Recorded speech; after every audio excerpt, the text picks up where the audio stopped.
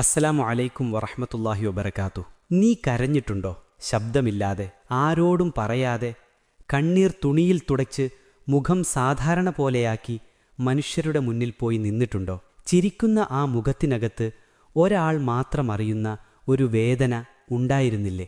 നീ കരഞ്ഞ ആ സമയത്ത് ഒരു ചോദ്യം നിന്റെ മനസ്സിലൂടെ കടന്നുപോയിട്ടുണ്ടാകാം. ഇത് അല്ലാഹു കണ്ടോ? നമ്മൾ കരയുമ്പോൾ പലർക്കും തോന്നും, അല്ലാഹു എന്നെ കേൾക്കുന്നില്ല, എൻ്റെ ദുആകൾക്ക് മറുപടിയില്ല, ഞാൻ ഒറ്റയ്ക്കാണ്. പക്ഷേ ഇന്ന് ഞാൻ നിന്നോട് പറയാൻ പോകുന്ന കാര്യം സാധാരണയല്ല. നീ കരഞ്ഞ ആ നിമിഷങ്ങളാണ് അല്ലാഹു നിന്നോട് ഏറ്റവും അടുത്തു നിന്ന നിമിഷങ്ങൾ. ഒരു നിമിഷം ആ രാത്രിയെ ഓർക്കൂ. മുറിയിൽ ലൈറ്റ് ഓഫ്, എല്ലാവരും ഉറക്കം, മൊബൈൽ പോലും കൈവിട്ട് നീ മാത്രം നിന്റെ ഹൃദയത്തോടൊപ്പം ഇരുന്ന നിമിഷം. നീ വലിയ ദുആകൾ പറഞ്ഞില്ല, വാക്കുകൾ പോലും വന്നില്ല, പക്ഷേ നിന്റെ കണ്ണുകൾ ഒരുപാട് പറഞ്ഞു. നീ മനുഷ്യരോട് പറയാത്ത വേദനകൾ നിന്റെ കണ്ണീർ അല്ലാഹുവിനോട് പറഞ്ഞു കഴിഞ്ഞു. നീ ഉച്ചത്തിൽ വിളിച്ചില്ലെങ്കിലും നിന്റെ മൗനം ഒരു ദുആയായിരുന്നു. കാരണം ചില ദുആകൾ നാവിൽ നിന്നല്ല, കണ്ണുകളിൽ നിന്നാണ് വരുന്നത്. പക്ഷേ ഇവിടെ ഒരു തെറ്റായ ധാരണയുണ്ട്. കരച്ചിൽ ദൗർബല്യമാണെന്ന്, ഈമാനുള്ളവർ കരയില്ല എന്ന് ചിലർ പറഞ്ഞു പഠിപ്പിച്ചു. പക്ഷേ നബി സല്ലല്ലാഹു അലൈഹി വസല്ലം കരഞ്ഞു. ഖുർആൻ കേട്ടപ്പോൾ അവരുടെ കണ്ണുകൾ നിറഞ്ഞു. ഉമ്മത്തിന്റെ അവസ്ഥയോർത്ത് അവർ കരഞ്ഞു. അപ്പോൾ കരച്ചിൽ ദൗർബല്യമാണോ? അല്ല, കരച്ചിൽ ജീവിച്ചിരിക്കുന്ന ഹൃദയത്തിന്റെ അടയാളമാണ്. നീ കരയുന്നതുകൊണ്ട് അല്ലാഹു നിന്നെ ചെറുതാക്കുന്നില്ല. നീ കരയുന്നതുകൊണ്ട് അവൻ നിന്നെ വിട്ടുപോകുന്നില്ല. സത്യം ഇതാണ്, നീ കരയുമ്പോൾ അല്ലാഹു നിന്നോട് അടുത്തുവരികയാണ്. നിനക്ക് തോന്നിയിട്ടുണ്ടോ, ഞാൻ ഇത്രയും ദുആ ചെയ്തു, ഇതുവരെ ഒന്നും മാറിയില്ല എന്ന്? പക്ഷേ നീ കാണുന്നില്ലാത്ത ഒരു മാറ്റം അവൻ ആരംഭിച്ചു കഴിഞ്ഞിരിക്കുന്നു. അത് പുറത്തല്ല, നിന്റെ ഉള്ളിലാണ്. നീ വിനയിയാകുന്നു, നീ ശക്തനാകുന്നു, നീ അവനെ കൂടുതൽ തിരിച്ചറിയുന്നു. ഇന്ന് ഈ വീഡിയോ കാണുന്ന നീ കരഞ്ഞിട്ടുണ്ടെങ്കിൽ നീ ഒറ്റയ്ക്കല്ല, നീ തകർന്നിട്ടില്ല. നീ അല്ലാഹിന്റെ കരുണയിലേക്ക് കൂടുതൽ അടുത്തിരിക്കുന്നു. ഒരിക്കൽ മരുഭൂമിയുടെ അരികിലെ ഒരു ചെറു ഗ്രാമത്തിൽ ഒരു വലിയ സൂഫി ഗുരു ജീവിച്ചിരുന്നു.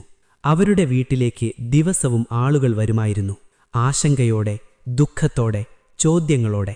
ഒരു ദിവസം ഒരു യുവാവ് വന്നു. അവന്റെ കണ്ണുകൾ ചുവന്നിരുന്നു, മുഖത്ത് ഉറക്കമില്ലായ്മ, ഹൃദയം ഭാരമേറിയത്. അവൻ ഗുരുവിന്റെ മുന്നിലിരുന്നു, ഒന്നും പറഞ്ഞില്ല, നിശ്ശബ്ദം. അല്പനേരം കഴിഞ്ഞപ്പോൾ അവന്റെ കണ്ണുകളിൽ നിന്ന് കണ്ണീരൊഴുകാൻ തുടങ്ങി. അവൻ പറഞ്ഞു, ഉസ്താദ്, ഞാൻ എല്ലാം ചെയ്തിട്ടുണ്ട്, നമസ്കാരം, ദുആ, ദിക്ർ, എങ്കിലും എൻ്റെ മനസ്സ് ശാന്തമാകുന്നില്ല. ഞാൻ കരയുന്നു, പക്ഷേ ആശ്വാസമില്ല. സൂഫി ഗുരു അവനെ നോക്കി, കണ്ണുകളിൽ കരുണ, മുഖത്ത് ഒരു ചെറുപുഞ്ചിരി. അവൻ ചോദിച്ചു, നീ കരയുമ്പോൾ നീ ആരോടാണ് കരയുന്നത്? യുവാവ് ആശ്ചര്യപ്പെട്ടു, അല്ലാഹുവിനോടാണ്.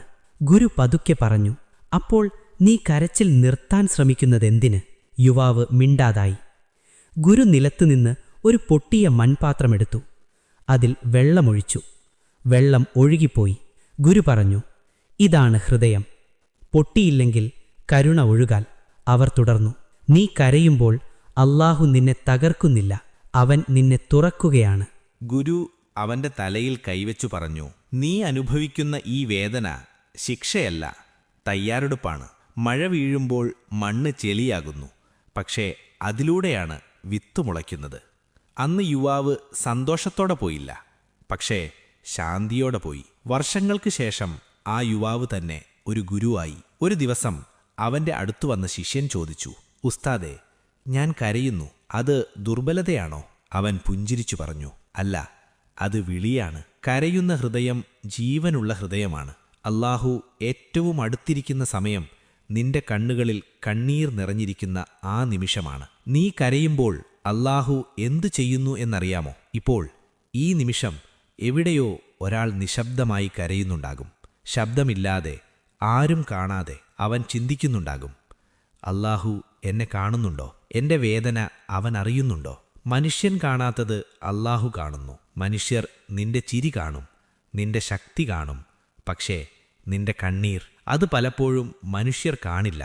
പക്ഷേ അല്ലാഹു നീ കരയുന്ന നിമിഷം കാണുന്നു. നീ ഒരു വാക്കുപോലും പറയാതെ കരഞ്ഞാലും അല്ലാഹു അത് കേൾക്കുന്നു. പ്രവാചകൻ മുഹമ്മദ് നബി സല്ലല്ലാഹു അലൈഹി വസല്ലം കരഞ്ഞിട്ടുണ്ടോ? അതെ, മകനെ നഷ്ടപ്പെട്ടപ്പോൾ അദ്ദേഹത്തിന്റെ കണ്ണുകൾ കണ്ണീർ നിറഞ്ഞു. അവർ ചോദിച്ചു, യാ റസൂലല്ലാ, നിങ്ങൾ പോലും കരയുന്നുവോ? പ്രവാചകൻ നബി സല്ലല്ലാഹു അലൈഹി വസല്ലം പറഞ്ഞു, ഹൃദയം ദുഃഖിക്കുന്നു, കണ്ണുകൾ കണ്ണീരൊഴുക്കുന്നു. ഇത് നമുക്ക് നൽകുന്ന ഒരു വലിയ ആശ്വാസമാണ്. കരച്ചിൽ ദുർബലതയല്ല, ഇത് വളരെ ആഴമുള്ള ഒരു സത്യമാണ്.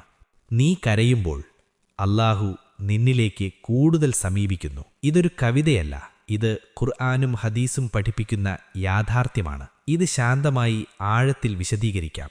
അല്ലാഹു സ്ഥലത്താൽ അടുത്തുവരുന്നു എന്നതല്ല ഇതിന്റെ അർത്ഥം. അല്ലാഹു സമയത്തിന്റെയോ ദൂരത്തിന്റെയോ പരിധിയിൽപ്പെടുന്നവനല്ല. ഇവിടെ സമീപമെന്നത് കരുണയിൽ സമീപം, ശ്രദ്ധയിൽ സമീപം, സഹായത്തിൽ സമീപം, മറുപടിയിൽ സമീപം. ഖുർആൻ എന്തു പറയുന്നു? നിന്നോട് എന്റെ ദാസന്മാർ എന്നെപ്പറ്റി ചോദിച്ചാൽ ഞാൻ അവർക്കേറ്റവും അടുത്തുള്ളവനാകുന്നു എന്നു പറയുക. സൂറ അൽ ബഖറ 2:186. ശ്രദ്ധിക്കുക, അല്ലാഹു നേരിട്ട് പറയുന്നു, ഞാൻ അടുത്തവനാണ്. വേദന അല്ലാഹുവിനെ സമീപിപ്പിക്കുന്നതെങ്ങനെ? നീ സന്തോഷത്തിലായിരിക്കുമ്പോൾ സ്വയം മതിയെന്ന തോന്നൽ വരും, ഹൃദയം അശ്രദ്ധയിലാകും. പക്ഷേ നീ വേദനയിലായിരിക്കുമ്പോൾ ഹൃദയം തകർന്നിരിക്കും, അഹങ്കാരം പൊളിയും, ആശ്രയം ഒന്നിലേക്ക് ചുരുങ്ങും. അപ്പോൾ ഹൃദയം അല്ലാഹുവിലേക്ക് തുറക്കപ്പെടുന്നു. ഇതാണ് സമീപതയുടെ വാതിൽ. പ്രവാചകൻ നബി സല്ലല്ലാഹു അലൈഹി വസല്ലം പറഞ്ഞ ഹദീസിൽ അല്ലാഹു പറയുന്നു, എന്റെ ദാസൻ എന്നോട് 1 പടി അടുത്തു വന്നാൽ ഞാൻ അവനോട് 10 പടി അടുത്തുവരും. അവൻ നടക്കി വന്നാൽ ഞാൻ ഓടിവരും. ഇത് അല്ലാഹുവിന്റെ കരുണയുടെ ഭാഷയാണ്. നീ കരയുന്നത് തന്നെ ഒരു നടപ്പാണ് അവന്റെ ദിശയിലേക്ക്. കണ്ണീർ ദുആയുടെ മറ്റൊരു രൂപം. നിനക്ക് പറയാൻ വാക്കുകളില്ലെങ്കിൽ പോലും കണ്ണീർ വീഴും, ശ്വാസം മുറിയും, നെഞ്ചു നിറയും. അത് ദുആയുടെ ശബ്ദമില്ലാത്ത രൂപമാണ്. അല്ലാഹു ഭാഷയറിയുന്നു, ശബ്ദമില്ലാത്തതും കേൾക്കുന്നു, ഹൃദയത്തിന്റെ നാദം പോലും ഗ്രഹിക്കുന്നു. അതിനാലാണ് നീ കരയുമ്പോൾ അവൻ കൂടുതൽ സമീപമാകുന്നത്. ഒരു സൂഫി പറഞ്ഞു, ഹൃദയം പിളരുമ്പോഴാണ് അല്ലാഹുവിന്റെ പ്രകാശം അകത്തേക്ക് പ്രവേശിക്കുന്നത്. നീ കരയുമ്പോൾ ഹൃദയം പൊട്ടുന്നു. പൊട്ടിയ ഹൃദയം അല്ലാഹുവിന് ഏറ്റവും പ്രിയപ്പെട്ടത്. അല്ലാഹുവിനെ സമീപിച്ചാൽ ശാന്തി വരും, പ്രതീക്ഷ മുളയ്ക്കും. വേദന മുഴുവനായി പോകില്ലെങ്കിലും വേദന കൈകാര്യം ചെയ്യാൻ ശക്തി ലഭിക്കും. ഇതാണ് യഥാർത്ഥ സമീപത. നിന്റെ പാപങ്ങൾ മാഞ്ഞുകൊണ്ടിരിക്കുന്നു.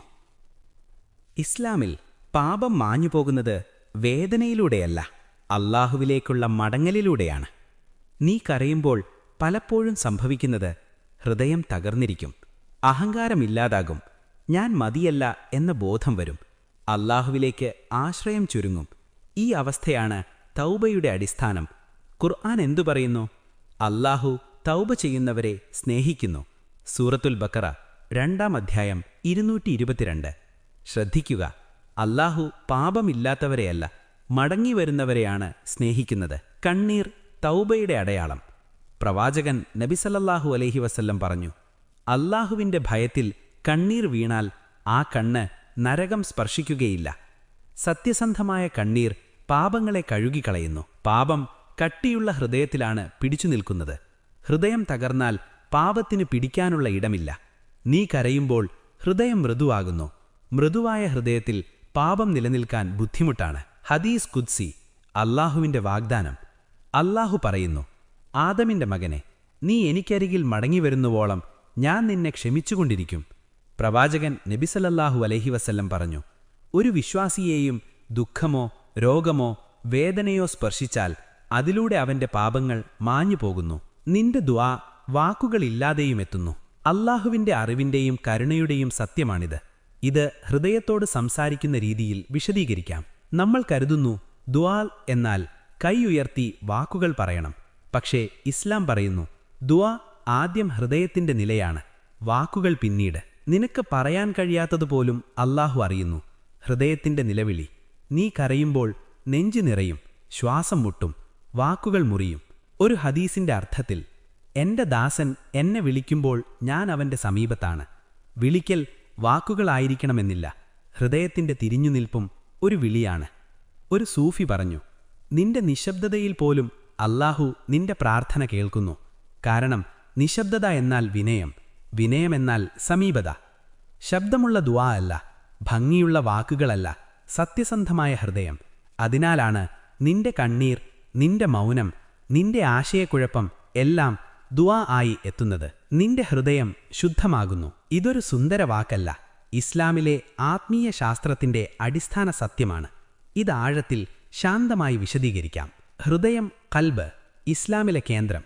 ഇസ്ലാം മനുഷ്യനെ ശരീരം, മനസ്സ്, ആത്മാവ് എന്നല്ല കാണുന്നത്.